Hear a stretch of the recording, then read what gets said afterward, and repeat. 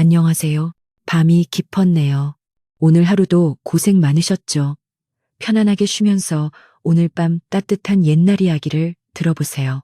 옛날 옛적에 조선 땅 어느 외딴 산골 마을에 매서운 겨울바람이 초가 지붕을 핥히고 지나가던 밤이었습니다. 유난히 눈이 많이 내리던 그해 겨울, 김씨 양반가의 가장 후미진 곳에 자리한 작은 별채는 그 바람을 고스란히 막고 있었습니다. 방 안에는 희미한 등잔불 하나가 촛대 위에서 위태롭게 흔들리고 있었습니다. 그 불빛 아래 앳된 처녀 하나가 묵묵히 배틀에 앉아 있었습니다. 처녀의 이름은 서희였습니다. 불빛이 그녀의 왼쪽 뺨에 드리워질 때마다 그곳에 자리 잡은 붓고 커다란 반점이 어둠 속에서도 선명하게 도드라졌습니다. 사람들은 그 반점을 불길한 낙인이라 불렀습니다. 차가운 방 안에는 오직 찰칵, 찰칵 배짜는 소리만이 규칙적으로 울려 퍼졌습니다. 그 소리는 마치 서희의 얼어붙은 한숨처럼 들렸습니다. 낡고 해진 무명, 한복 소매 끝으로 붉게 튼 손이 쉴 새 없이 북을 놀렸습니다. 서희는 입술을 굳게 다문 채 오직 눈앞의 실타래에만 시선을 고정했습니다. 이곳은 그녀가 태어날 때부터 정해진 그녀의 세상 전부였습니다. 저녁상이 들어왔지만 그것은 상이라고 부르기에도 민망했습니다. 멀건 된장국에 싸늘하게 식어버린 밥 한 덩이, 방바닥의 냉기만큼이나 차가운 음식이었습니다. 서희는 그저 묵묵히 수저를 들었습니다. 맛을 느끼기 위해서가 아니라 내일 또다시 이 배틀 앞에 앉기 위해 억지로 목구멍으로 넘겼습니다. 밥 아래서 느껴지는 것은 흙먼지의 텁텁한 뿐이었습니다. 그 시각, 기와를 얹은 본체의 안방은 분주했습니다. 내일 있을 조상님 제사를 준비하기 위해 집안의 안주인인 박씨, 부인의 날카로운 목소리가 밤 공기를 갈랐습니다. 박씨 부인은 가문의 명예를 목숨처럼 여기는 사람이었고 그녀에게 서희의 존재는 지워내고 싶은 가문의 흠이자 수치 그 자체였습니다. 정성스럽게 올려라. 조상님들께서 지켜보고 계신다. 박씨 부인의 호령에 아랫사람들이 덜덜 떨며 제기 그릇을 날랐습니다. 바로 그때였습니다. 어린 하녀 하나가 문지방에 발이 걸려 중심을 잃고 넘어지며 정성껏 닦아놓은 눕그릇 하나가 마당으로 떨어져 요란한 소리를 냈습니다. 순간 본체 마당의 모든 움직임이 멈췄습니다. 박씨 부인의 얼굴이 수처럼 검게 변했습니다. 그녀의 매서운 시선은 넘어진 하녀가 아니라 어둠 속에 잠긴 별채의 문을 향했습니다. 저 불길한 것 때문이야. 저것이 집안에 떡 버티고 있으니 조상님들께서 노하신 게다. 그녀의 삿대질은 정확히 서희가 있는 곳을 향했습니다. 아무런 변명도 해명도 할 수 없었습니다. 서희는 곧장 마당으로 끌려 나왔습니다. 내년에 그 흉측한 얼굴이 우리 가문에 애군을 몰고 왔다. 조상님들의 노여움이 풀릴 때까지 이 눈밭에 엎드려 빌어라. 박씨 부인의 차가운 목소리와 함께 서희는 눈발이 흩날리는 차가운 마당에 힘없이 무릎을 꿇었습니다. 팔을 애는 듯한 바람이 서희의 얇은 치마폭을 인정사정 없이 파고들었습니다. 붉은 반점이 있는 뺨 위로 뜨거운 눈물 한 줄기가 흘러내렸지만 그것은 뺨을 타고 흐르기도 전에 얼어붙었습니다. 서희는 아무 말도 하지 않았습니다. 그저 굳게 감은 눈으로 이 길고 혹독한 밤이 제발 어서 지나가기만을 바랄 뿐이었습니다. 서희가 꿇었던 무릎의 감각이 사라질 때쯤 하늘은 더 거센 눈을 퍼붓기 시작했습니다. 그 겨울은 유난히 혹독했습니다. 며칠 뒤 마을에는 원인을 알 수 없는 끔찍한 열병이 돌기 시작했습니다. 처음에는 가벼운 기침으로 시작한 병이 이내 온몸을 불덩이처럼 뜨겁게 만들고는 사흘을 넘기지 못하고 사람의 목숨을 앗아갔습니다. 마을은 순식간에 곡소리로 가득 찼 사람들은 역병의 공포에 떨며 문을 걸어 잠갔습니다. 그 어떤 용한 의원도 신통한 무당도 속수무책이었습니다. 그리고 그 재앙은 김씨 가문이라고 비켜가지 않았습니다. 박씨 부인이 금지옥엽처럼 아끼던 가문의 대를 이을 장손이 펄펄 끓는 열에 쓰러진 것입니다. 박씨 부인은 백방으로 약을 구하고 이름난 의원들을 불러 모았지만 돌아오는 대답은 절망뿐이었습니다. 하늘의 뜻이니 마음의 준비를 하시는 것이. 의원의 말이 채 끝나기도 전에 박씨 부인은 실성한 사람처럼 오열했습니다. 그녀의 눈은 핏발이 섰고 이성은 공포와 절망에 잠식당했습니다. 그때 박씨 부인의 광기 어린 시선이 다시 별채를 향했습니다. 저것이다. 모든 재앙은 저 흉측한 것 때문이야. 이성을 잃은 그녀에게 장손의 병은 서희의 흉한 기운이 불러온 재앙으로밖에는 보이지 않았습니다. 그녀는 서희의 존재가 가문을 망가뜨리는 애군 그 자체라고 확신했습니다. 저것을 당장 내쫓아라. 저것을 집안에서 몰아내야 우리 아들이 산다. 저것을 제물로 바쳐야 조상님의 노여움이 풀린다. 박씨 부인의 명령은 추상 같았습니다. 머슴들이 두려움에 떨며 흉기를 들고 별채로 달려들었습니다. 서희는 영문도 모른 채 배틀 앞에서 끌려 나왔습니다. 부인, 잘못했습니다. 제발. 서희가 애원했지만 이미 아들을 잃을지도 모른다는 공포에 사로잡힌 박씨. 부인의 귀에는 아무것도 들리지 않았습니다. 내년의 존재가 바로 잘못이다. 당장 이 집에서 꺼져라. 다시는 이 문지방을 넘볼 생각도 말아라. 그날 밤 눈보라는 세상을 집어삼킬 듯 몰아쳤습니다. 서희는 입고 있던 얇은 무명옷 그대로 매서운 바람이 휘몰아치는 대문 밖으로 내팽개쳐 졌습니다. 쾅 하고 닫히는 육중한 대문 소리는 서희에게 내려진 사형 선고와도 같았습니다. 사방은 분간할 수 없는 어둠과 하얀 눈보라뿐이었습니다. 서희는 차가운 눈밭 위에 쓰러져 자신을 버린 집의 대문을 망연히 바라보았습니다. 안에서 새어나오는 희미한 불빛이 그 어느 때보다 차갑고 잔인하게 느껴졌습니다. 살아야 한다는 본능조차 얼어붙는 추위였습니다. 서희는 비틀거리며 일어섰습니다. 어디로 가야 할지 몰랐지만 이곳에 있다가는 얼어 죽는다는 것만은 분명했습니다. 그녀는 본능적으로 바람을 피할 수 있는 곳, 마을 뒤편의 깊은 소나무 숲을 향해 걸음을 옮겼습니다. 뺨을 때리는 눈발은 마치 날카로운 칼날 같아 발은 이미 감각을 잃어 몽둥이처럼 느껴졌습니다. 붉은 반점이 있던 뺨은 이제 혹독한 추위에 온통 보랏빛으로 변해버렸습니다. 얼마나 걸었을까. 서희는 더 이상 한 걸음도 내디딜 수 없었습니다. 온몸에 힘이 빠져나가고 눈꺼풀이 천근만근 무거워졌습니다. 이대로 죽는구나.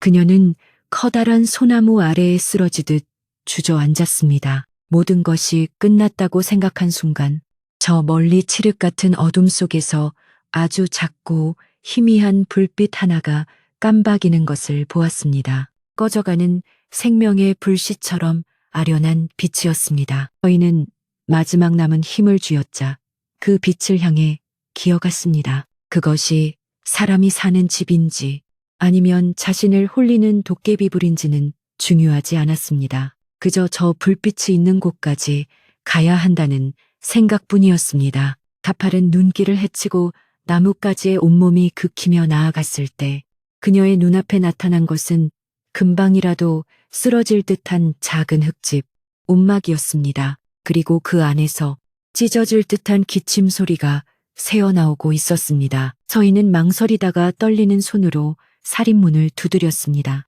잠시 후 문이 삐걱거리며 열리고 창백한 얼굴에 한 사내가 등잔을 들고 섰습니다. 사내는 금방이라도 쓰러질 듯 위태로워 보였지만 그의 눈빛만은 어둠 속에서도 맑게 빛나고 있었습니다. 그는 몰락한 양반가의 선비 민준이었습니다. 가문의 영모 누명으로 모든 것을 잃고 지병인 해소병을 앓으며 이곳에 숨어 살고 있었습니다. 민준은 눈앞에 쓰러진 서희의 몰골을 보고 놀랐지만 이내 그녀의 눈에 서린 절박함을 읽었습니다. 콜록, 콜록.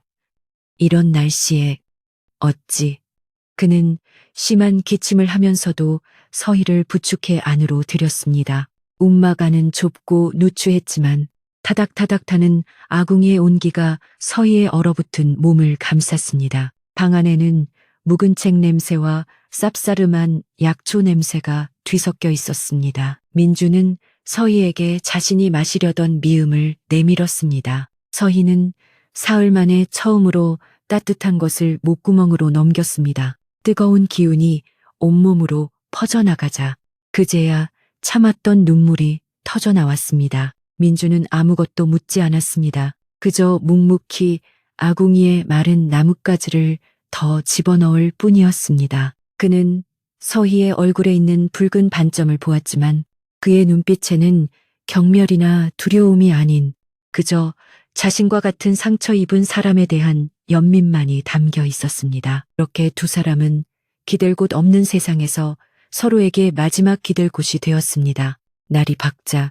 서희는 자신이 겪은 일을 담담히 털어놓았습니다. 민주는 조용히 듣고 난 뒤 자신의 처지를 이야기했습니다. 나 역시 세상에 버려진 몸, 이곳에 머물고 싶다면 그러시오. 다만 홀로 이 누추한 곳에서 해줄 수 있는 것이라곤 이 멀건죽 한 그릇이 전부요.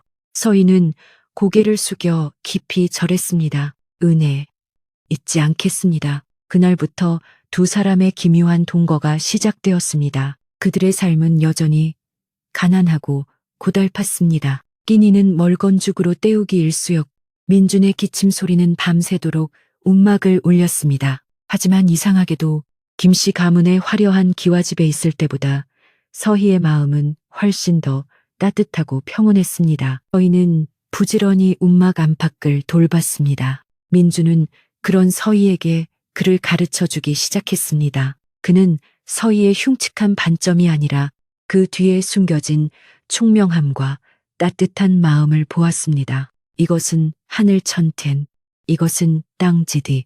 민준의 낮은 목소리가 움막을 채울 때면 서희는 난생 처음으로 자신이 흉측한 존재가 아닌 한 사람의 귀한 인간으로 대접받고 있음을 느꼈습니다. 그리고 그때마다 민주는 서희의 얼굴이 아니라 맑고 깊은 그녀의 눈을 바라보며 미소 지었습니다. 차가운 겨울밤, 두 외로운 영혼은 그렇게 서로의 온기에 기대어 가장 혹독한 시간을 견뎌내고 있었습니다. 혹독했던 겨울이 점차 그 기세를 잃어가고 땅속 깊은 곳에서부터 아주 미약하게 남아 봄의 기운이 움트려 할 무렵이었습니다. 하지만 움막 안의 겨울은 끝날 기미가 보이지 않았습니다. 좁고 차가운 움막 안의 공기는 민준의 오랜 지병인 해소병을 더욱 악화시켰습니다. 밤이 깊어지면 민준의 기침 소리는 마치 얼어붙은 산을 깨부수려는 듯 처절하게 울려 퍼졌습니다.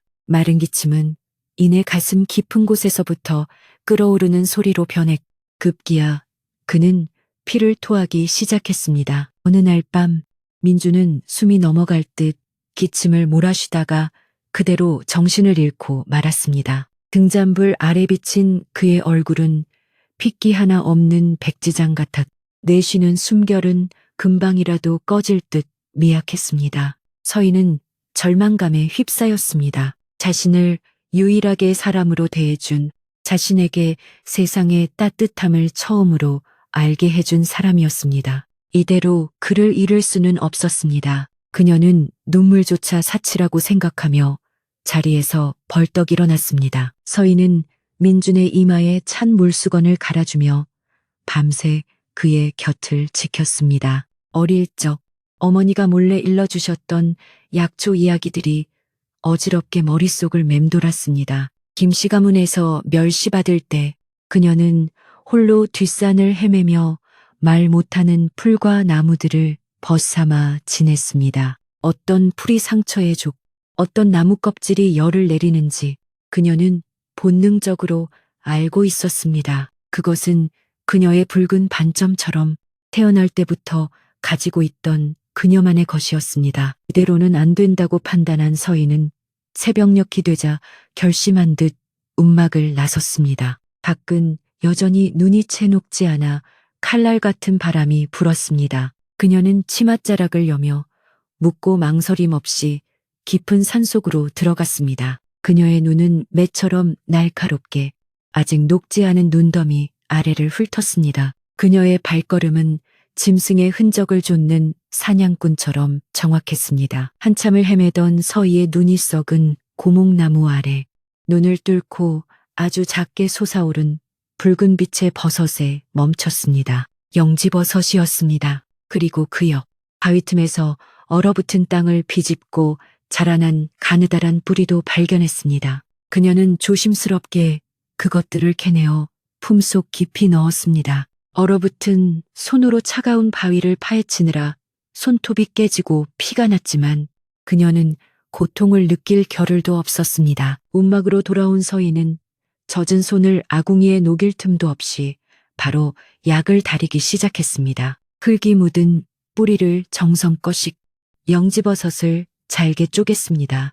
곧 쌉싸름하면서도 깊고 진한 약초 냄새가 좁은 움막 안을 가득 채웠습니다. 그 냄새는 마치 얼어붙은 땅을 뚫고 솟아나는 생명의 기운 그 자체 같았습니다. 서희는 몇 시간 동안 불 조절을 하며 정성껏 약을 다렸습니다. 약사발에 담긴 진한 탕약은 그녀의 모든 염원과 간절함이 응축된 결과물이었습니다. 서희는 의식을 잃은 민준의 입술을 조심스럽게 벌려 탕약을 조금씩 흘려 넣었습니다. 한 숟갈, 또한 숟갈, 그렇게 반나절이 지났을까. 죽은 듯 누워있던 민준의 눈꺼풀이 미세하게 파르르 떨렸습니다. 그리고 곧 지옥 같던 기침 소리가 잦아들고 그의 숨소리가 한결 편안해졌습니다. 며칠 뒤 민준은 기적처럼 자리에서 일어났습니다. 그는 여전히 창백했지만 그의 눈에는 생기가 돌아와 있었습니다. 서희, 낭자, 어찌 이런.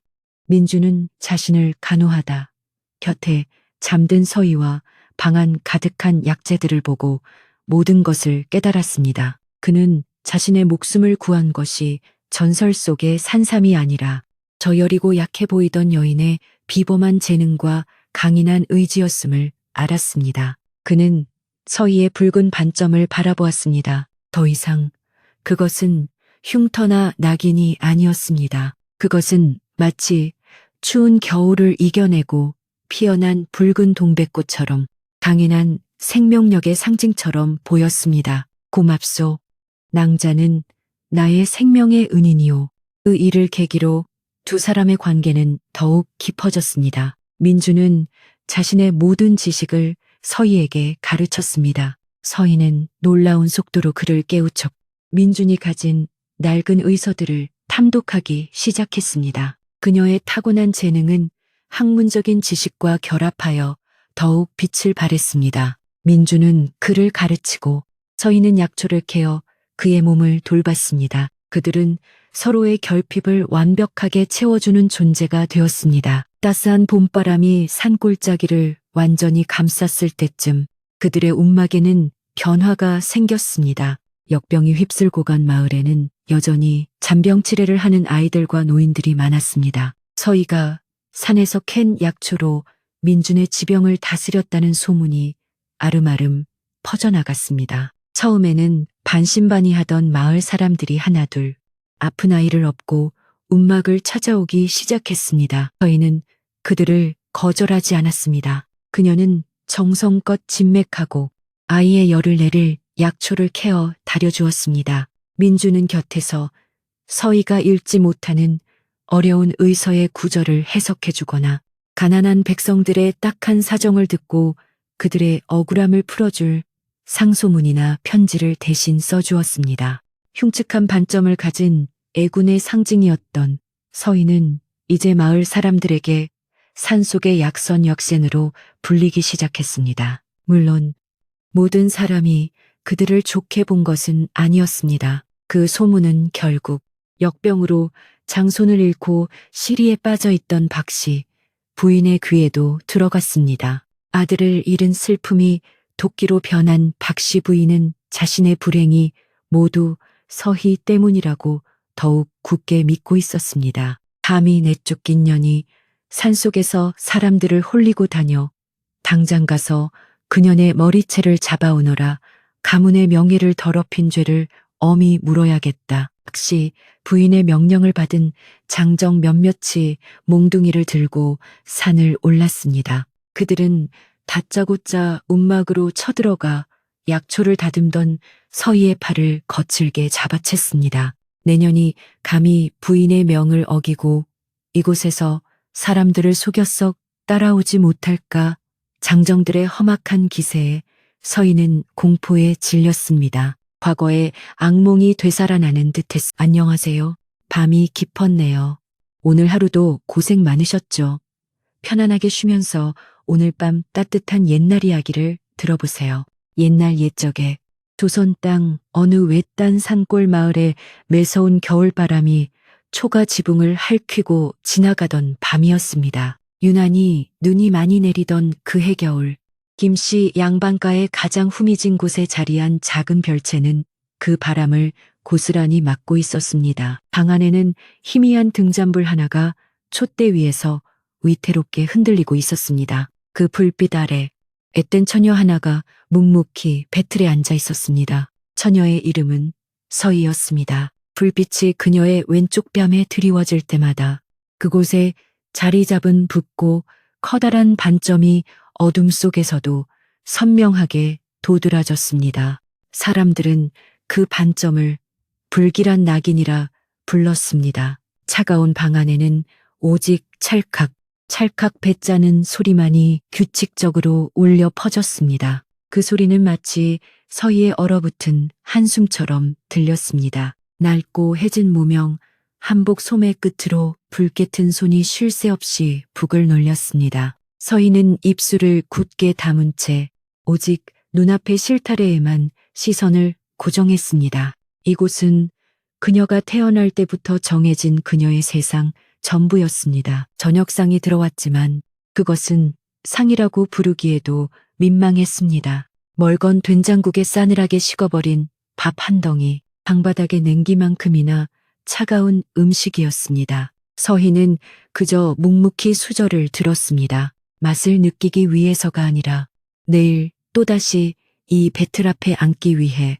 억지로 목구멍으로 넘겼습니다. 밥 아래서 느껴지는 것은 흙먼지의 텁텁함 뿐이었습니다. 그 시각, 기와를 얹은 본체의 안방은 분주했습니다. 내일 있을 조상님 제사를 준비하기 위해 집안의 안주인인 박씨, 부인의 날카로운 목소리가 밤 공기를 갈랐습니다. 박씨 부인은 가문의 명예를 목숨처럼 여기는 사람이었고 그녀에게 서희의 존재는 지워내고 싶은 가문의 흠이자 수치 그 자체였습니다. 정성스럽게 올려라. 조상님들께서 지켜보고 계신다. 박씨 부인의 호령에 아랫사람들이 덜덜 떨며 제기 그릇을 날랐습니다. 바로 그때였습니다. 어린 하녀 하나가 문지방에 발이 걸려 중심을 잃고 넘어지며 정성껏 닦아놓은 눕그릇 하나가 마당으로 떨어져 요란한 소리를 냈습니다. 순간 본체 마당의 모든 움직임이 멈췄습니다. 박씨 부인의 얼굴이 수처럼 검게 변했습니다. 그녀의 매서운 시선은 넘어진 하녀가 아니라 어둠 속에 잠긴 별채의 문을 향했습니다. 저 불길한 것 때문이야. 저것이 집안에 떡 버티고 있으니 조상님들께서 노하신 게다. 그녀의 삿대질은 정확히 서희가 있는 곳을 향했습니다. 아무런 변명도 해명도 할 수 없었습니다. 서희는 곧장 마당으로 끌려 나왔습니다. 내년에 그 흉측한 얼굴이 우리 가문에 애군을 몰고 왔다. 조상님들의 노여움이 풀릴 때까지 이 눈밭에 엎드려 빌어라.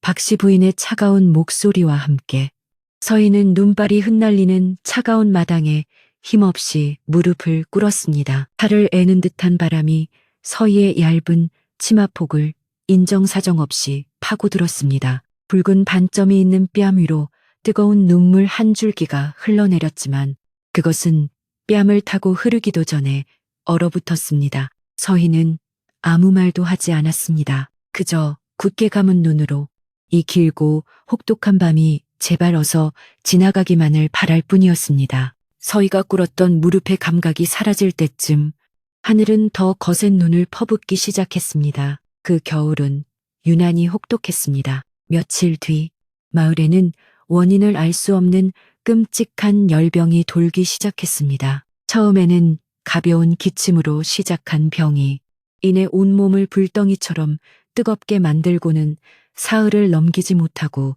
사람의 목숨을 앗아갔습니다. 마을은 순식간에 곡소리로 가득 찼 사람들은 역병의 공포에 떨며 문을 걸어 잠갔습니다. 그 어떤 용한 의원도 신통한 무당도 속수무책이었습니다. 그리고 그 재앙은 김씨 가문이라고 비켜가지 않았습니다. 박씨 부인이 금지옥엽처럼 아끼던 가문의 대를 이을 장손이 펄펄 끓는 열에 쓰러진 것입니다. 박씨 부인은 백방으로 약을 구하고 이름난 의원들을 불러 모았지만 돌아오는 대답은 절망뿐이었습니다. 하늘의 뜻이니 마음의 준비를 하시는 것이 의원의 말이 채 끝나기도 전에 박씨 부인은 실성한 사람처럼 오열했습니다. 그녀의 눈은 핏발이 섰고 이성은 공포와 절망에 잠식당했습니다. 그때 박씨 부인의 광기 어린 시선이 다시 별채를 향했습니다. 저것이다. 모든 재앙은 저 흉측한 것 때문이야. 이성을 잃은 그녀에게 장손의 병은 서희의 흉한 기운이 불러온 재앙으로밖에는 보이지 않았습니다. 그녀는 서희의 존재가 가문을 망가뜨리는 애군 그 자체라고 확신했습니다. 저것을 당장 내쫓아라. 저것을 집안에서 몰아내야 우리 아들이 산다. 저것을 제물로 바쳐야 조상님의 노여움이 풀린다. 박씨 부인의 명령은 추상 같았습니다. 머슴들이 두려움에 떨며 흉기를 들고 별채로 달려들었습니다. 서희는 영문도 모른 채 배틀 앞에서 끌려 나왔습니다. 부인, 잘못했습니다. 제발. 서희가 애원했지만 이미 아들을 잃을지도 모른다는 공포에 사로잡힌 박씨. 부인의 귀에는 아무것도 들리지 않았습니다. 내년의 존재가 바로 잘못이다. 당장 이 집에서 꺼져라.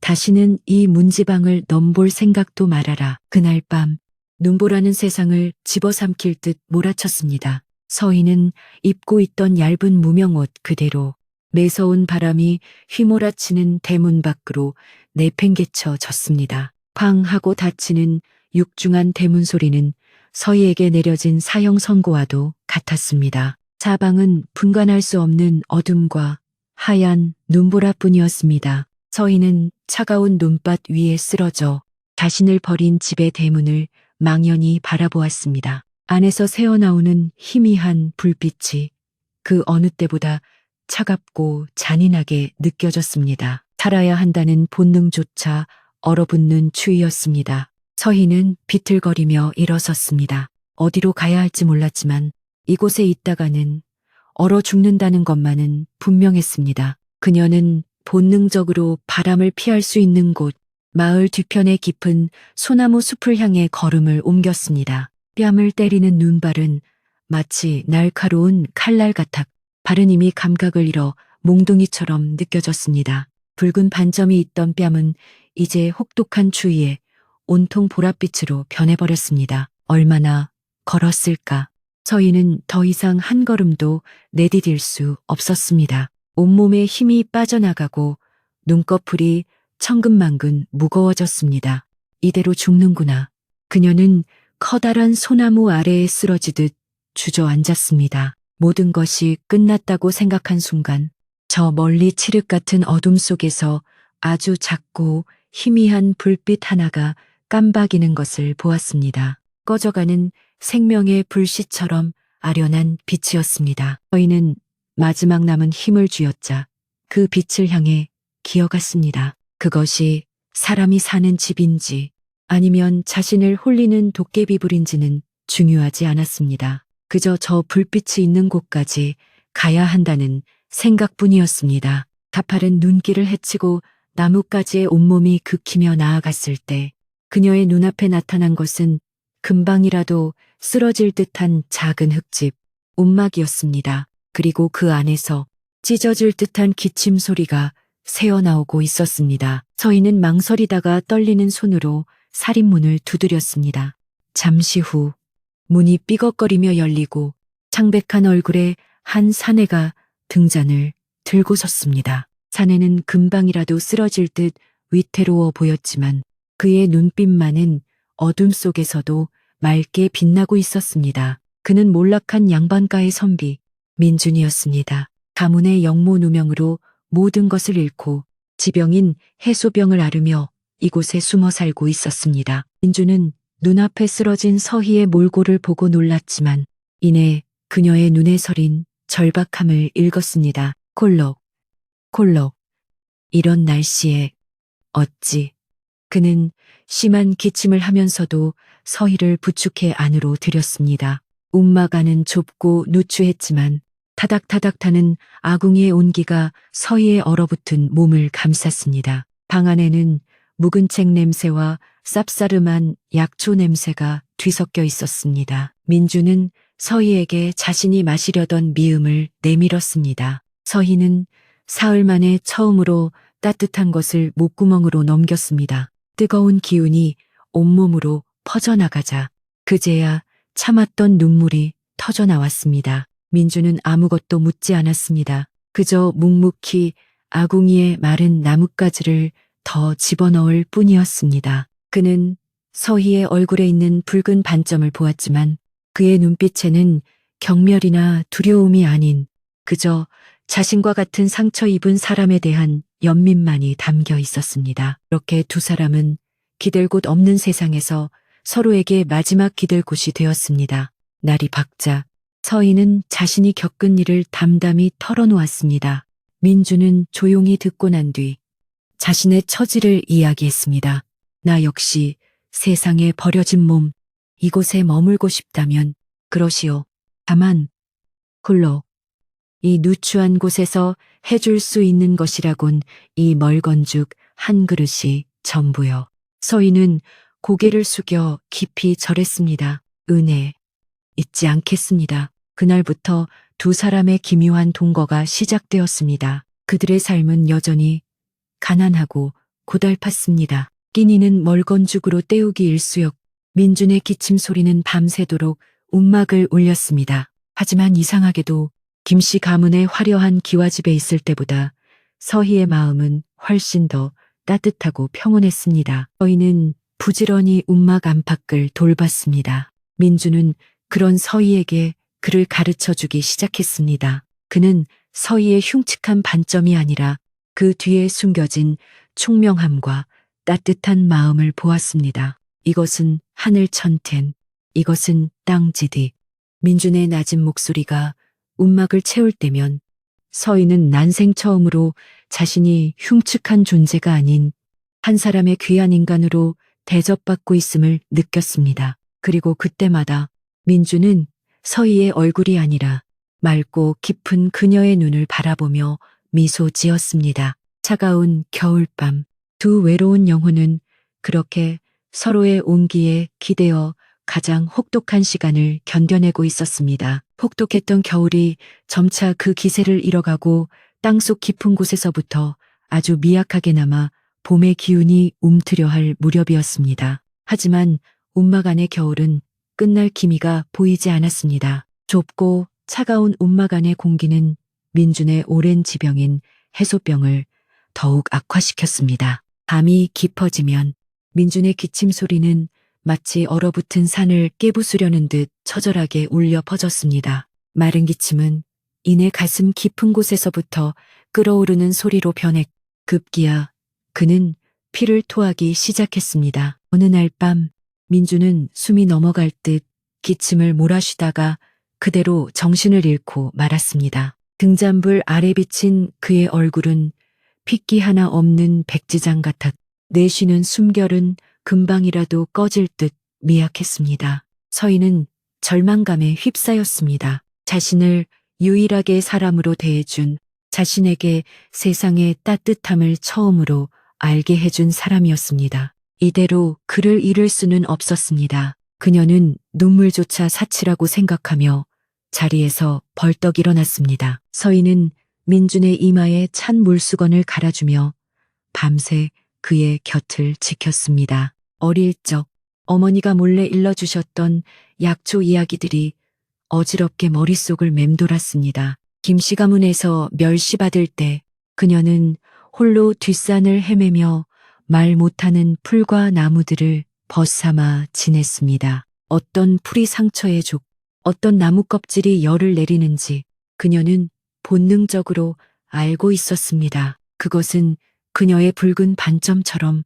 태어날 때부터 가지고 있던 그녀만의 것이었습니다. 이대로는 안 된다고 판단한 서희는 새벽녘이 되자 결심한 듯 움막을 나섰습니다. 밖은 여전히 눈이 채 녹지 않아 칼날 같은 바람이 불었습니다. 그녀는 치맛자락을 여며 묻고 망설임 없이 깊은 산속으로 들어갔습니다. 그녀의 눈은 매처럼 날카롭게 아직 녹지 않은 눈더미 아래를 훑었습니다. 그녀의 발걸음은 짐승의 흔적을 좇는 사냥꾼처럼 정확했습니다. 한참을 헤매던 서희의 눈이 썩은 고목나무 아래 눈을 뚫고 아주 작게 솟아오른 붉은 빛의 버섯에 멈췄습니다. 영지버섯이었습니다. 그리고 그 옆 바위 틈에서 얼어붙은 땅을 비집고 자라난 가느다란 뿌리도 발견했습니다. 그녀는 조심스럽게 그것들을 캐내어 품속 깊이 넣었습니다. 얼어붙은 손으로 차가운 바위를 파헤치느라 손톱이 깨지고 피가 났지만 그녀는 고통을 느낄 겨를도 없었습니다. 움막으로 돌아온 서희는 젖은 손을 아궁이에 녹일 틈도 없이 바로 약을 다리기 시작했습니다. 흙이 묻은 뿌리를 정성껏 씻 영지버섯을 잘게 쪼갰습니다. 곧 쌉싸름하면서도 깊고 진한 약초 냄새가 좁은 움막 안을 가득 채웠습니다. 그 냄새는 마치 얼어붙은 땅을 뚫고 솟아나는 생명의 기운 그 자체 같았습니다. 서희는 몇 시간 동안 불 조절을 하며 정성껏 약을 다렸습니다. 약사발에 담긴 진한 탕약은 그녀의 모든 염원과 간절함이 응축된 결과물이었습니다. 서희는 의식을 잃은 민준의 입술을 조심스럽게 벌려 탕약을 조금씩 흘려 넣었습니다. 한 숟갈, 또한 숟갈, 그렇게 반나절이 지났을까? 죽은 듯 누워있던 민준의 눈꺼풀이 미세하게 파르르 떨렸습니다. 그리고 곧 지옥 같던 기침 소리가 잦아들고 그의 숨소리가 한결 편안해졌습니다. 며칠 뒤 민준은 기적처럼 자리에서 일어났습니다. 그는 여전히 창백했지만 그의 눈에는 생기가 돌아와 있었습니다. 서희, 낭자, 어찌 이런. 민준은 자신을 간호하다 곁에 잠든 서희와 방 안 가득한 약재들을 보고 모든 것을 깨달았습니다. 그는 자신의 목숨을 구한 것이 전설 속의 산삼이 아니라 저여리고 약해 보이던 여인의 비범한 재능과 강인한 의지였음을 알았습니다. 그는 서희의 붉은 반점을 바라보았습니다. 더 이상 그것은 흉터나 낙인이 아니었습니다. 그것은 마치 추운 겨울을 이겨내고 피어난 붉은 동백꽃처럼 강인한 생명력의 상징처럼 보였습니다. 고맙소. 낭자는 나의 생명의 은인이오. 그 일을 계기로 두 사람의 관계는 더욱 깊어졌습니다. 민주는 자신의 모든 지식을 서희에게 가르쳤습니다. 서희는 놀라운 속도로 그를 깨우쳤고 민준이 가진 낡은 의서들을 탐독하기 시작했습니다. 그녀의 타고난 재능은 학문적인 지식과 결합하여 더욱 빛을 발했습니다. 민주는 그를 가르치고 서희는 약초를 캐어 그의 몸을 돌봤습니다. 그들은 서로의 결핍을 완벽하게 채워주는 존재가 되었습니다. 따스한 봄바람이 산골짜기를 완전히 감쌌을 때쯤 그들의 움막에는 변화가 생겼습니다.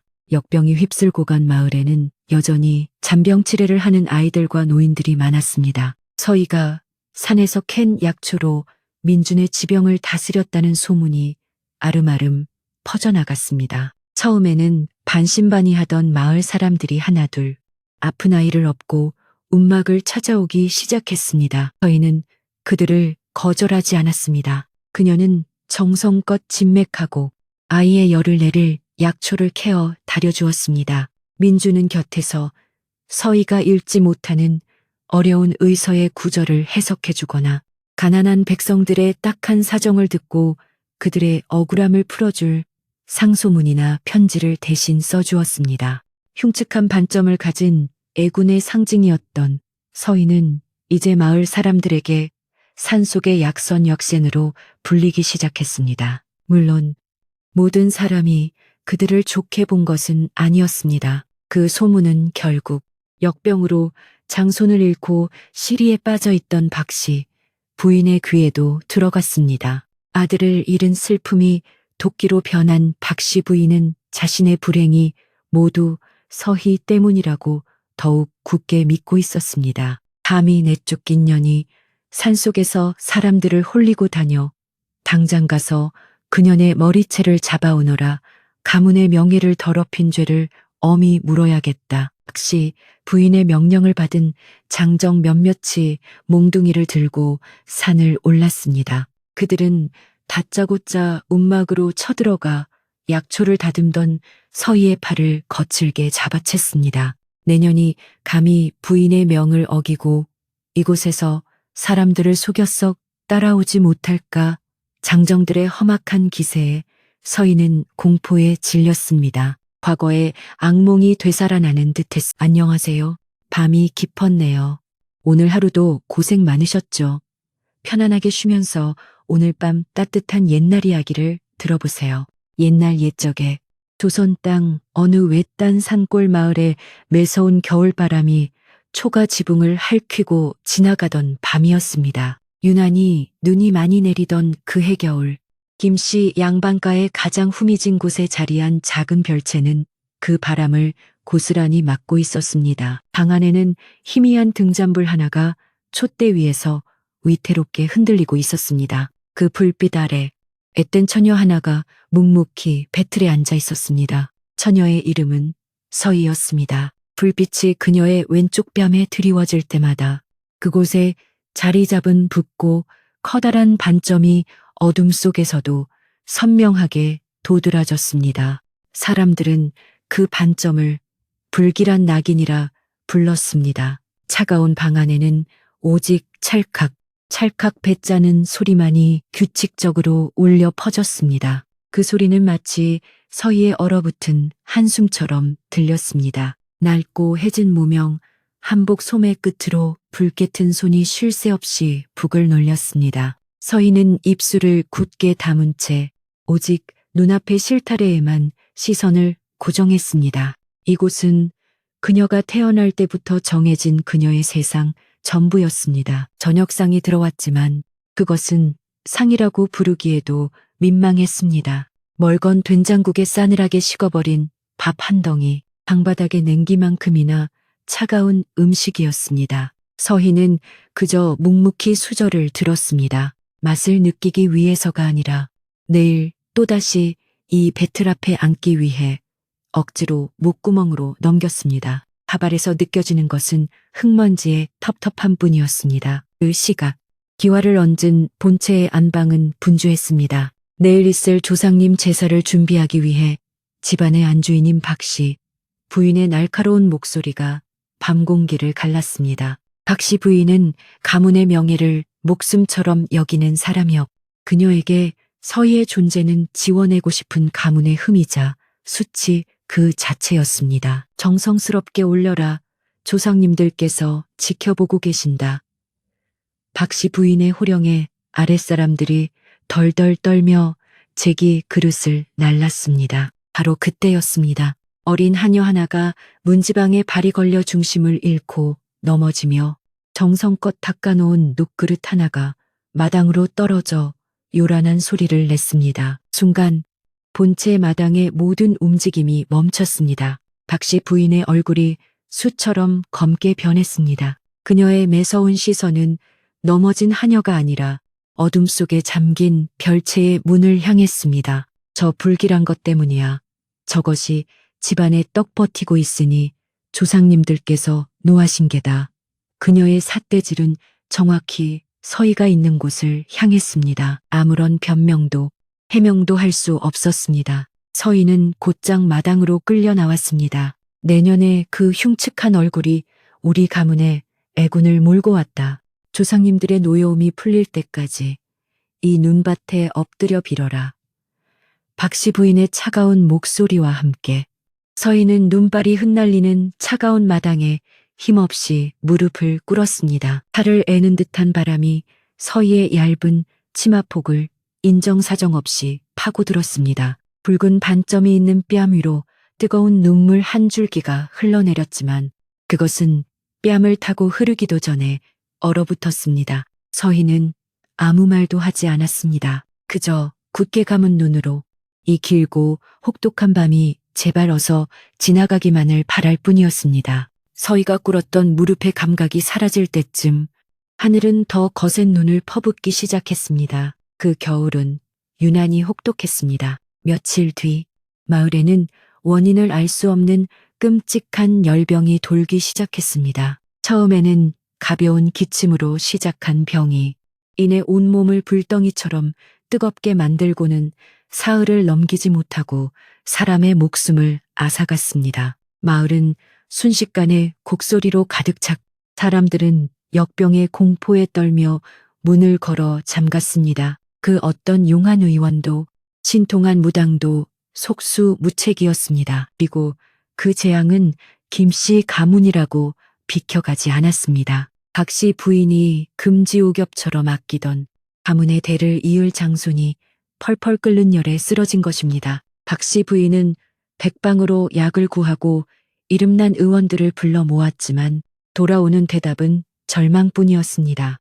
하늘의 뜻이니 마음의 준비를 하시는 것이 의원의 말이 채 끝나기도 전에 박씨 부인은 실성한 사람처럼 오열했습니다. 그녀의 눈은 핏발이 섰고 이성은 공포와 절망에 잠식당했습니다. 그때 박씨 부인의 광기 어린 시선이 다시 별채를 향했습니다. 저것이다. 모든 재앙은 저 흉측한 것 때문이야. 이성을 잃은 그녀에게 장손의 병은 서희의 흉한 기운이 불러온 재앙으로밖에는 보이지 않았습니다. 그녀는 서희의 존재가 가문을 망가뜨리는 애군 그 자체라고 확신했습니다. 저것을 당장 내쫓아라. 저것을 집안에서 몰아내야 우리 아들이 산다. 저것을 제물로 바쳐야 조상님의 노여움이 풀린다. 박씨 부인의 명령은 추상 같았습니다.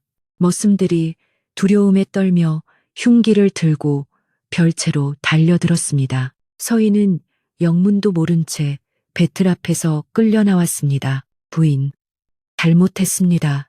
제발. 서희가 애원했지만 이미 아들을 잃을지도 모른다는 공포에 사로잡힌 박씨.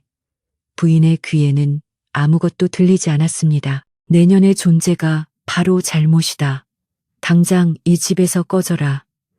다시는 이 문지방을 넘볼 생각도 말아라. 그날 밤 눈보라는 세상을 집어삼킬 듯 몰아쳤습니다. 서희는 입고 있던 얇은 무명옷 그대로 매서운 바람이 휘몰아치는 대문 밖으로 내팽개쳐 졌습니다. 쾅 하고 닫히는 육중한 대문 소리는 서희에게 내려진 사형 선고와도 같았습니다. 사방은 분간할 수 없는 어둠과 하얀 눈보라뿐이었습니다. 서희는 차가운 눈밭 위에 쓰러져 자신을 버린 집의 대문을 망연히 바라보았습니다. 안에서 새어나오는 희미한 불빛이 그 어느 때보다 차갑고 잔인하게 느껴졌습니다. 살아야 한다는 본능조차 얼어붙는 추위였습니다. 서희는 비틀거리며 일어섰습니다. 어디로 가야 할지 몰랐지만 이곳에 있다가는 얼어 죽는다는 것만은 분명했습니다. 그녀는 본능적으로 바람을 피할 수 있는 곳,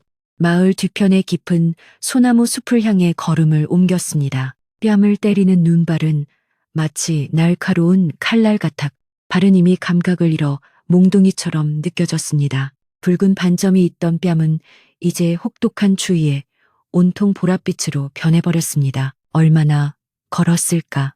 서희는 더 이상 한 걸음도 내디딜 수 없었습니다. 온몸에 힘이 빠져나가고 눈꺼풀이 천근만근 무거워졌습니다. 이대로 죽는구나.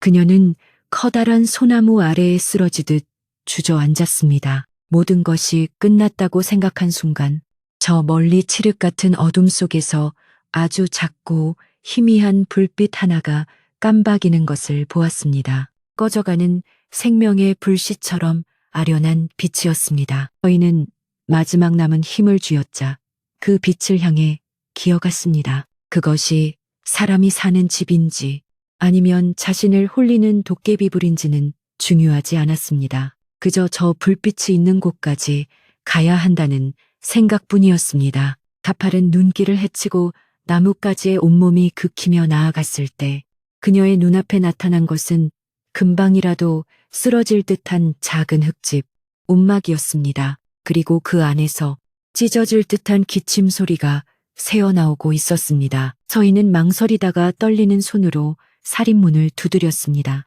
잠시 후 문이 삐걱거리며 열리고 창백한 얼굴에 한 사내가 등잔을 들고 섰습니다. 사내는 금방이라도 쓰러질 듯 위태로워 보였지만 그의 눈빛만은 어둠 속에서도 맑게 빛나고 있었습니다. 그는 몰락한 양반가의 선비 민준이었습니다. 가문의 영모 누명으로 모든 것을 잃고 지병인 해소병을 앓으며 이곳에 숨어 살고 있었습니다. 민준은 눈앞에 쓰러진 서희의 몰골을 보고 놀랐지만 이내 그녀의 눈에 서린 절박함을 읽었습니다. 콜록, 콜록. 이런 날씨에 어찌. 그는 심한 기침을 하면서도 서희를 부축해 안으로 들였습니다. 움막 안은 좁고 누추했지만 타닥타닥 타는 아궁이의 온기가 서희의 얼어붙은 몸을 감쌌습니다. 방 안에는 묵은 책 냄새와 쌉싸름한 약초 냄새가 뒤섞여 있었습니다. 민주는 서희에게 자신이 마시려던 미음을 내밀었습니다. 서희는 사흘 만에 처음으로 따뜻한 것을 목구멍으로 넘겼습니다. 뜨거운 기운이 온몸으로 퍼져나가자 그제야 참았던 눈물이 터져나왔습니다. 민주는 아무것도 묻지 않았습니다. 그저 묵묵히 아궁이의 마른 나뭇가지를 더 집어넣을 뿐이었습니다. 그는 서희의 얼굴에 있는 붉은 반점을 보았지만 그의 눈빛에는 경멸이나 두려움이 아닌 그저 자신과 같은 상처 입은 사람에 대한 연민만이 담겨 있었습니다. 그렇게 두 사람은 기댈 곳 없는 세상에서 서로에게 마지막 기댈 곳이 되었습니다. 날이 밝자 서희는 자신이 겪은 일을 담담히 털어놓았습니다. 민주는 조용히 듣고 난 뒤 자신의 처지를 이야기했습니다. 나 역시 세상에 버려진 몸, 이곳에 머물고 싶다면 그러시오. 다만 홀로 이 누추한 곳에서 해줄 수 있는 것이라곤 이 멀건죽 한 그릇이 전부요.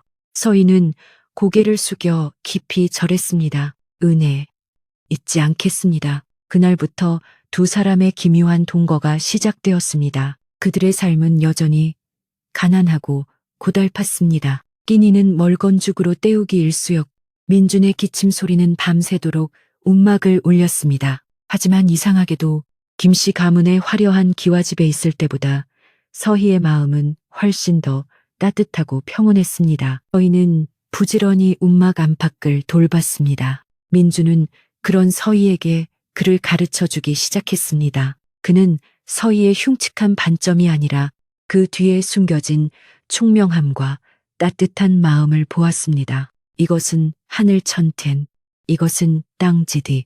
민준의 낮은 목소리가 움막을 채울 때면 서희는 난생 처음으로 자신이 흉측한 존재가 아닌 한 사람의 귀한 인간으로 대접받고 있음을 느꼈습니다. 그리고 그때마다 민주는 서희의 얼굴이 아니라 맑고 깊은 그녀의 눈을 바라보며 미소 지었습니다. 차가운 겨울밤, 두 외로운 영혼은 그렇게 서로의 온기에 기대어 가장 혹독한 시간을 견뎌내고 있었습니다. 혹독했던 겨울이 점차 그 기세를 잃어가고 땅속 깊은 곳에서부터 아주 미약하게 남아 봄의 기운이 움트려 할 무렵이었습니다. 하지만 움막 안의 겨울은 끝날 기미가 보이지 않았습니다. 좁고 차가운 움막 안의 공기는 민준의 오랜 지병인 해소병을 더욱 악화시켰습니다. 밤이 깊어지면 민준의 기침 소리는 마치 얼어붙은 산을 깨부수려는 듯 처절하게 울려 퍼졌습니다.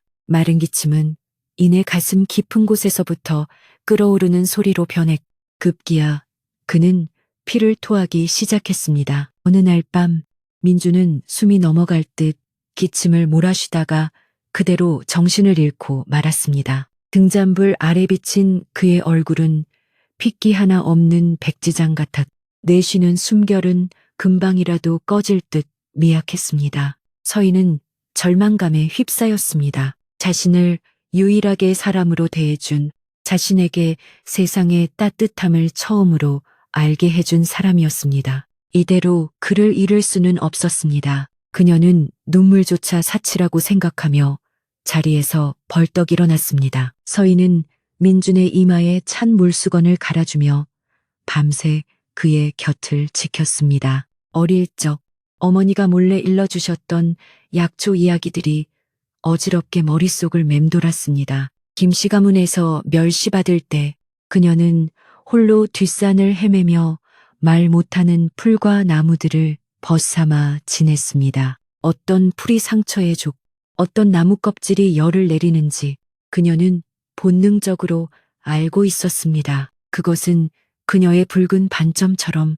태어날 때부터 가지고 있던 그녀만의 것이었습니다. 이대로는 안 된다고 판단한 서희는 새벽녘이 되자 결심한 듯 움막을 나섰습니다. 밖은 여전히 눈이 채 녹지 않아 칼날 같은 바람이 불었습니다. 그녀는 치맛자락을 여며 묻고 망설임 없이 깊은 산속으로 들어갔습니다. 그녀의 눈은 매처럼 날카롭게 아직 녹지 않은 눈더미 아래를 훑었습니다. 그녀의 발걸음은 짐승의 흔적을 좇는 사냥꾼처럼 정확했습니다. 한참을 헤매던 서희의 눈이 썩은 고목나무 아래 눈을 뚫고 아주 작게 솟아오른 붉은 빛의 버섯에 멈췄습니다. 영지버섯이었습니다. 그리고 그 옆 바위 틈에서 얼어붙은 땅을 비집고 자라난 가느다란 뿌리도 발견했습니다. 그녀는 조심스럽게 그것들을 캐내어 품속 깊이 넣었습니다. 얼어붙은 손으로 차가운 바위를 파헤치느라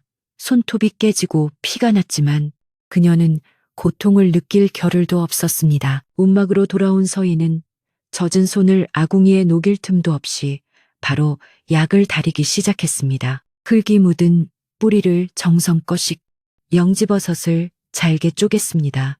곧 쌉싸름하면서도 깊고 진한 약초 냄새가 좁은 움막 안을 가득 채웠습니다. 그 냄새는 마치 얼어붙은 땅을 뚫고 솟아나는 생명의 기운 그 자체 같았습니다. 서희는 몇 시간 동안 불 조절을 하며 정성껏 약을 다렸습니다. 약사발에 담긴 진한 탕약은 그녀의 모든 염원과 간절함이 응축된 결과물이었습니다. 서희는 의식을 잃은 민준의 입술을 조심스럽게 벌려 탕약을 조금씩 흘려 넣었습니다. 한 숟갈, 또한 숟갈, 그렇게 반나절이 지났을까? 죽은 듯 누워있던 민준의 눈꺼풀이 미세하게 파르르 떨렸습니다. 그리고 곧 지옥 같던 기침 소리가 잦아들고 그의 숨소리가 한결 편안해졌습니다. 며칠 뒤 민준은 기적처럼 자리에서 일어났습니다. 그는 여전히 창백했지만 그의 눈에는 생기가 돌아와 있었습니다. 서희, 낭자, 어찌 이런. 민준은 자신을 간호하다 곁에 잠든 서희와 방 안 가득한 약재들을 보고 모든 것을 깨달았습니다. 그는 자신의 목숨을 구한 것이 전설 속의 산삼이 아니라 저여리고 약해 보이던 여인의 비범한 재능과 강인한 의지였음을 알았습니다. 그는 서희의 붉은 반점을 바라보았습니다. 더 이상 그것은 흉터나 낙인이 아니었습니다. 그것은 마치 추운 겨울을 이겨내고 피어난 붉은 동백꽃처럼 강인한 생명력의 상징처럼 보였습니다. 고맙소. 낭자는 나의 생명의 은인이오. 그 일을 계기로 두 사람의 관계는 더욱 깊어졌습니다. 민주는 자신의 모든 지식을 서희에게 가르쳤습니다. 서희는 놀라운 속도로 그를 깨우쳤고 민준이 가진 낡은 의서들을 탐독하기 시작했습니다. 그녀의 타고난 재능은 학문적인 지식과 결합하여 더욱 빛을 발했습니다. 민주는 그를 가르치고 서희는 약초를 캐어 그의 몸을 돌봤습니다. 그들은 서로의 결핍을 완벽하게 채워주는 존재가 되었습니다. 따스한 봄바람이 산골짜기를 완전히 감쌌을 때쯤 그들의 움막에는 변화가 생겼습니다. 역병이 휩쓸고 간 마을에는 여전히 잔병치레를 하는 아이들과 노인들이 많았습니다. 서희가 산에서 캔 약초로 민준의 지병을 다스렸다는 소문이 아름아름 퍼져나갔습니다. 처음에는 반신반의하던 마을 사람들이 하나둘 아픈 아이를 업고 움막을 찾아오기 시작했습니다. 서희는 그들을 거절하지 않았습니다. 그녀는 정성껏 진맥하고 아이의 열을 내릴 약초를 캐어 다려주었습니다. 민주는 곁에서 서희가 읽지 못하는 어려운 의서의 구절을 해석해주거나 가난한 백성들의 딱한 사정을 듣고 그들의 억울함을 풀어줄 상소문이나 편지를 대신 써주었습니다.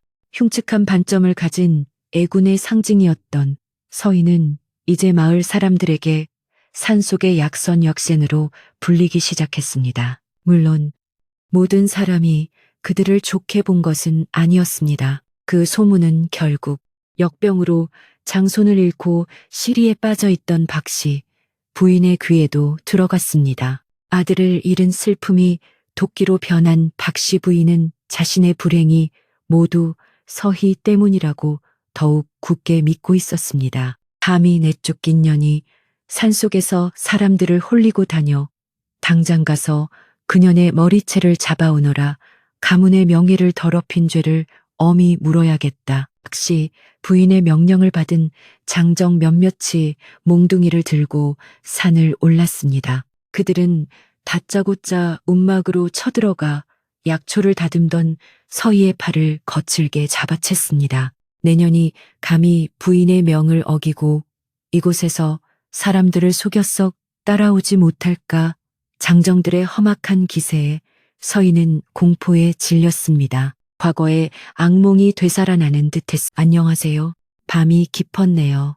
오늘 하루도 고생 많으셨죠? 편안하게 쉬면서 오늘 밤 따뜻한 옛날 이야기를 들어보세요.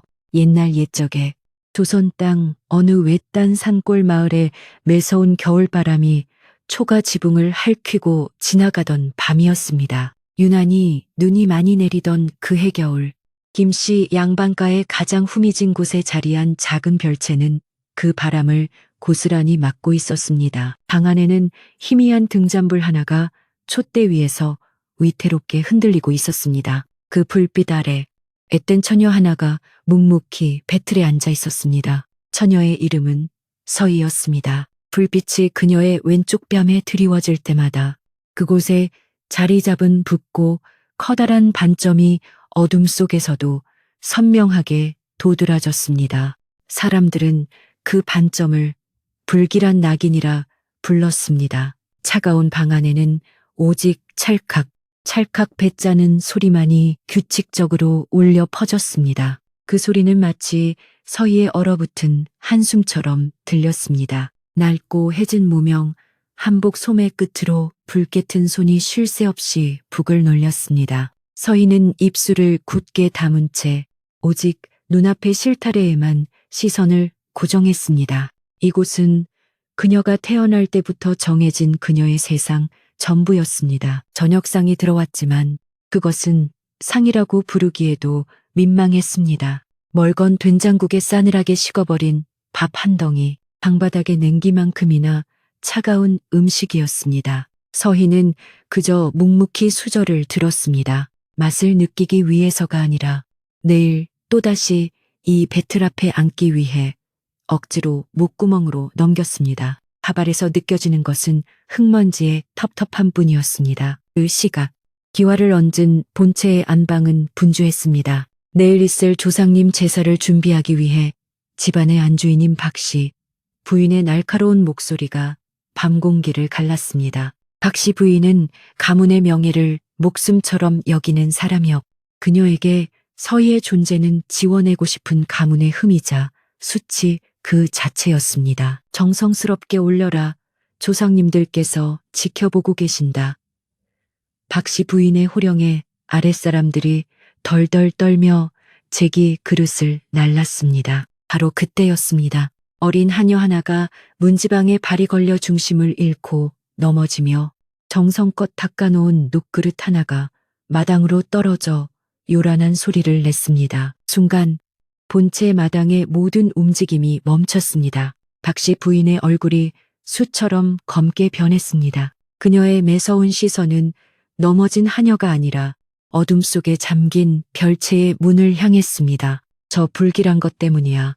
저것이 집안에 떡 버티고 있으니 조상님들께서 노하신 게다. 그녀의 삿대질은 정확히 서희가 있는 곳을 향했습니다. 아무런 변명도 해명도 할 수 없었습니다. 서희는 곧장 마당으로 끌려 나왔습니다. 내년에 그 흉측한 얼굴이 우리 가문에 애군을 몰고 왔다. 조상님들의 노여움이 풀릴 때까지 이 눈밭에 엎드려 빌어라. 박씨 부인의 차가운 목소리와 함께 서희는 눈발이 흩날리는 차가운 마당에 힘없이 무릎을 꿇었습니다. 살을 애는 듯한 바람이 서희의 얇은 치마폭을 인정사정 없이 파고들었습니다. 붉은 반점이 있는 뺨 위로 뜨거운 눈물 한 줄기가 흘러내렸지만 그것은 뺨을 타고 흐르기도 전에 얼어붙었습니다. 서희는 아무 말도 하지 않았습니다. 그저 굳게 감은 눈으로 이 길고 혹독한 밤이 제발 어서 지나가기만을 바랄 뿐이었습니다. 서희가 꿇었던 무릎의 감각이 사라질 때쯤 하늘은 더 거센 눈을 퍼붓기 시작했습니다. 그 겨울은 유난히 혹독했습니다. 며칠 뒤 마을에는 원인을 알 수 없는 끔찍한 열병이 돌기 시작했습니다. 처음에는 가벼운 기침으로 시작한 병이 이내 온몸을 불덩이처럼 뜨겁게 만들고는 사흘을 넘기지 못하고 사람의 목숨을 앗아갔습니다. 마을은 순식간에 곡소리로 가득 찼 사람들은 역병의 공포에 떨며 문을 걸어 잠갔습니다. 그 어떤 용한 의원도 신통한 무당도 속수무책이었습니다. 그리고 그 재앙은 김씨 가문이라고 비켜가지 않았습니다. 박씨 부인이 금지옥엽처럼 아끼던 가문의 대를 이을 장손이 펄펄 끓는 열에 쓰러진 것입니다. 박씨 부인은 백방으로 약을 구하고 이름난 의원들을 불러 모았지만 돌아오는 대답은 절망뿐이었습니다. 하늘의 뜻이니 마음의 준비를 하시는 것이 의원의 말이 채 끝나기도 전에 박씨 부인은 실성한 사람처럼 오열했습니다. 그녀의 눈은 핏발이 섰고 이성은 공포와 절망에 잠식당했습니다. 그때 박씨 부인의 광기 어린 시선이 다시 별채를 향했습니다. 저것이다. 모든 재앙은 저 흉측한 것 때문이야. 이성을 잃은 그녀에게 장손의 병은 서희의 흉한 기운이 불러온 재앙으로밖에는 보이지 않았습니다. 그녀는 서희의 존재가 가문을 망가뜨리는 애군 그 자체라고 확신했습니다. 저것을 당장 내쫓아라. 저것을 집안에서 몰아내야 우리 아들이 산다. 저것을 제물로 바쳐야 조상님의 노여움이 풀린다. 박씨 부인의 명령은 추상 같았습니다. 머슴들이 두려움에 떨며 흉기를 들고 별채로 달려들었습니다. 서희는 영문도 모른 채 배틀 앞에서 끌려 나왔습니다. 부인, 잘못했습니다. 제발. 서희가 애원했지만 이미 아들을 잃을지도 모른다는 공포에 사로잡힌 박씨. 부인의 귀에는 아무것도 들리지 않았습니다. 내년의 존재가 바로 잘못이다. 당장 이 집에서 꺼져라.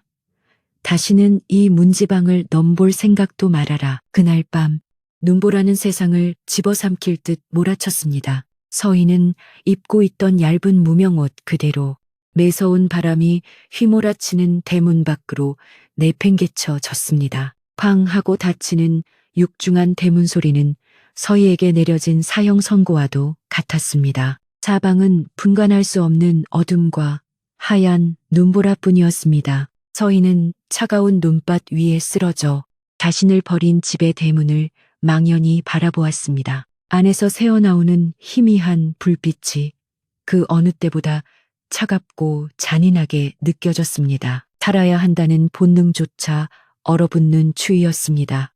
서희는 비틀거리며 일어섰습니다. 어디로 가야 할지 몰랐지만 이곳에 있다가는 얼어 죽는다는 것만은 분명했습니다. 그녀는 본능적으로 바람을 피할 수 있는 곳, 마을 뒤편의 깊은 소나무 숲을 향해 걸음을 옮겼습니다. 뺨을 때리는 눈발은 마치 날카로운 칼날 같아 발은 이미 감각을 잃어 몽둥이처럼 느껴졌습니다. 붉은 반점이 있던 뺨은 이제 혹독한 추위에 온통 보랏빛으로 변해버렸습니다. 얼마나 걸었을까? 서희는 더 이상 한 걸음도 내디딜 수 없었습니다. 온몸에 힘이 빠져나가고 눈꺼풀이 천근만근 무거워졌습니다. 이대로 죽는구나.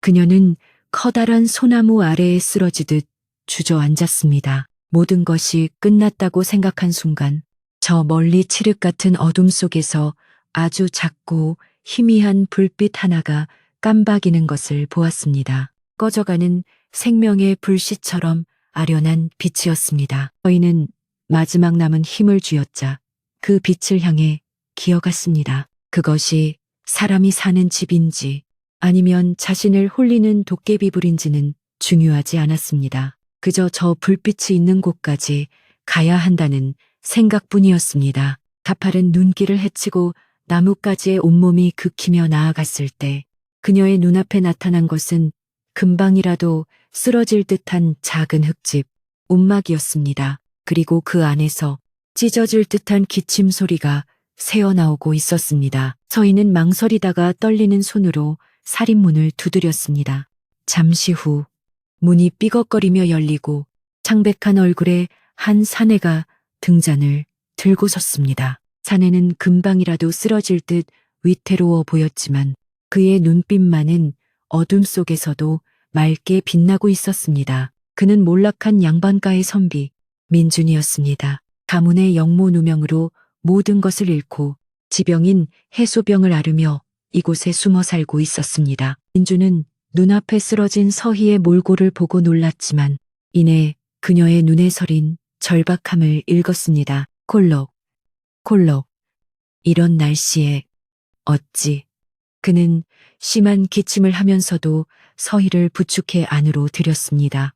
움막 안은 좁고 누추했지만 타닥타닥 타는 아궁이의 온기가 서희의 얼어붙은 몸을 감쌌습니다. 방 안에는 묵은 책 냄새와 쌉싸름한 약초 냄새가 뒤섞여 있었습니다. 민주는 서희에게 자신이 마시려던 미음을 내밀었습니다. 서희는 사흘 만에 처음으로 따뜻한 것을 목구멍으로 넘겼습니다. 뜨거운 기운이 온몸으로 퍼져나가자 그제야 참았던 눈물이 터져나왔습니다. 민주는 아무것도 묻지 않았습니다. 그저 묵묵히 아궁이의 마른 나뭇가지를 더 집어넣을 뿐이었습니다. 그는 서희의 얼굴에 있는 붉은 반점을 보았지만 그의 눈빛에는 경멸이나 두려움이 아닌 그저 자신과 같은 상처 입은 사람에 대한 연민만이 담겨 있었습니다. 그렇게 두 사람은 기댈 곳 없는 세상에서 서로에게 마지막 기댈 곳이 되었습니다. 날이 밝자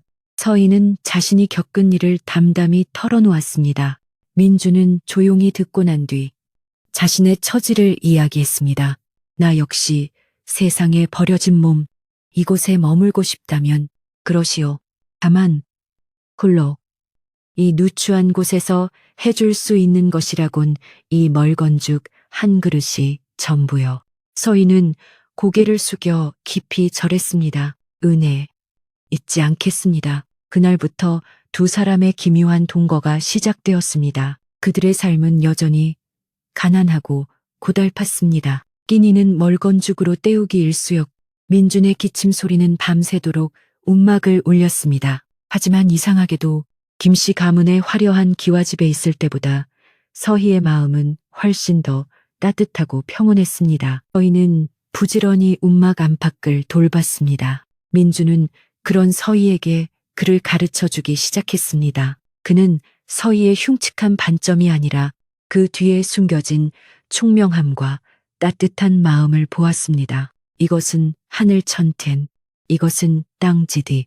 민준의 낮은 목소리가 움막을 채울 때면 서희는 난생 처음으로 자신이 흉측한 존재가 아닌 한 사람의 귀한 인간으로 대접받고 있음을 느꼈습니다. 그리고 그때마다 민주는 서희의 얼굴이 아니라 맑고 깊은 그녀의 눈을 바라보며 미소 지었습니다. 차가운 겨울밤, 두 외로운 영혼은 그렇게 서로의 온기에 기대어 가장 혹독한 시간을 견뎌내고 있었습니다. 혹독했던 겨울이 점차 그 기세를 잃어가고 땅속 깊은 곳에서부터 아주 미약하게 남아 봄의 기운이 움트려 할 무렵이었습니다. 하지만 움막 안의 겨울은 끝날 기미가 보이지 않았습니다. 좁고 차가운 움막 안의 공기는 민준의 오랜 지병인 해소병을 더욱 악화시켰습니다. 밤이 깊어지면 민준의 기침 소리는 마치 얼어붙은 산을 깨부수려는 듯 처절하게 울려 퍼졌습니다.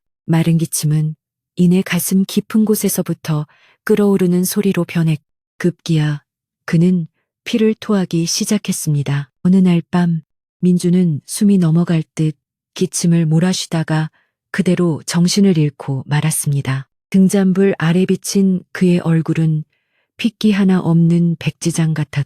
내쉬는 숨결은 금방이라도 꺼질 듯 미약했습니다. 서희는 절망감에 휩싸였습니다. 자신을 유일하게 사람으로 대해준, 자신에게 세상의 따뜻함을 처음으로 알게 해준 사람이었습니다. 이대로 그를 잃을 수는 없었습니다. 그녀는 눈물조차 사치라고 생각하며 자리에서 벌떡 일어났습니다. 서희는 민준의 이마에 찬 물수건을 갈아주며 밤새 그의 곁을 지켰습니다. 어릴 적 어머니가 몰래 일러주셨던 약초 이야기들이 어지럽게 머릿속을 맴돌았습니다. 김씨 가문에서 멸시 받을 때 그녀는 홀로 뒷산을 헤매며 말 못하는 풀과 나무들을 벗삼아 지냈습니다. 어떤 풀이 상처에 족, 어떤 나무 껍질이 열을 내리는지 그녀는 본능적으로 알고 있었습니다. 그것은 그녀의 붉은 반점처럼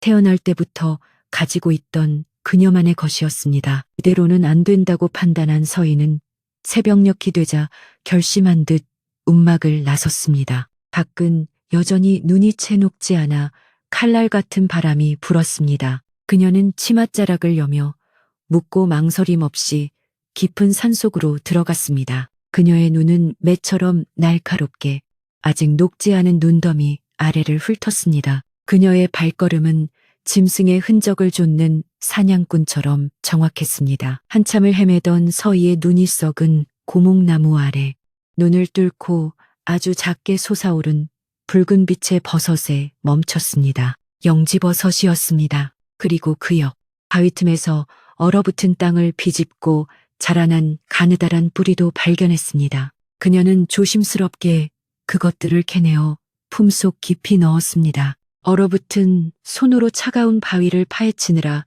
손톱이 깨지고 피가 났지만 그녀는 고통을 느낄 겨를도 없었습니다. 움막으로 돌아온 서희는 젖은 손을 아궁이에 녹일 틈도 없이 바로 약을 다리기 시작했습니다. 흙이 묻은 뿌리를 정성껏 씻 영지버섯을 잘게 쪼갰습니다. 곧 쌉싸름하면서도 깊고 진한 약초 냄새가 좁은 움막 안을 가득 채웠습니다. 그 냄새는 마치 얼어붙은 땅을 뚫고 솟아나는 생명의 기운 그 자체 같았습니다. 서희는 몇 시간 동안 불 조절을 하며 정성껏 약을 다렸습니다. 약사발에 담긴 진한 탕약은 그녀의 모든 염원과 간절함이 응축된 결과물이었습니다. 서희는 의식을 잃은 민준의 입술을 조심스럽게 벌려 탕약을 조금씩 흘려 넣었습니다. 한 숟갈, 또한 숟갈, 그렇게 반나절이 지났을까. 죽은 듯 누워있던 민준의 눈꺼풀이 미세하게 파르르 떨렸습니다. 그리고 곧 지옥 같던 기침 소리가 잦아들고 그의 숨소리가 한결 편안해졌습니다. 며칠 뒤 민주는 기적처럼 자리에서 일어났습니다. 그는 여전히 창백했지만 그의 눈에는 생기가 돌아와 있었습니다. 서희, 낭자, 어찌 이런. 민주는 자신을 간호하다 곁에 잠든 서희와 방 안 가득한 약재들을 보고 모든 것을 깨달았습니다. 그는 자신의 목숨을 구한 것이 전설 속의 산삼이 아니라 저여리고 약해 보이던 여인의 비범한 재능과 강인한 의지였음을 알았습니다. 그는 서희의 붉은 반점을 바라보았습니다. 더 이상 그것은 흉터나 낙인이 아니었습니다. 그것은 마치 추운 겨울을 이겨내고 피어난 붉은 동백꽃처럼 강인한 생명력의 상징처럼 보였습니다. 고맙소. 낭자는 나의 생명의 은인이오. 그 일을 계기로 두 사람의 관계는 더욱 깊어졌습니다. 민주는 자신의 모든 지식을 서희에게 가르쳤습니다. 서희는 놀라운 속도로 그를 깨우쳤고 민준이 가진 낡은 의서들을 탐독하기 시작했습니다. 그녀의 타고난 재능은 학문적인 지식과 결합하여 더욱 빛을 발했습니다. 민주는 그를 가르치고 서희는 약초를 캐어 그의 몸을 돌봤습니다. 그들은 서로의 결핍을 완벽하게 채워주는 존재가 되었습니다. 따스한 봄바람이 산골짜기를 완전히 감쌌을 때쯤 그들의 움막에는 변화가 생겼습니다. 역병이 휩쓸고 간 마을에는 여전히 잔병치레를 하는 아이들과 노인들이 많았습니다. 서희가 산에서 캔 약초로 민준의 지병을 다스렸다는 소문이 아름아름 퍼져나갔습니다. 처음에는 반신반의하던 마을 사람들이 하나둘 아픈 아이를 업고 움막을 찾아오기 시작했습니다. 저희는 그들을 거절하지 않았습니다. 그녀는 정성껏 진맥하고 아이의 열을 내릴 약초를 캐어 다려주었습니다. 민주는 곁에서 서희가 읽지 못하는 어려운 의서의 구절을 해석해주거나 가난한 백성들의 딱한 사정을 듣고 그들의 억울함을 풀어줄 상소문이나 편지를 대신 써주었습니다.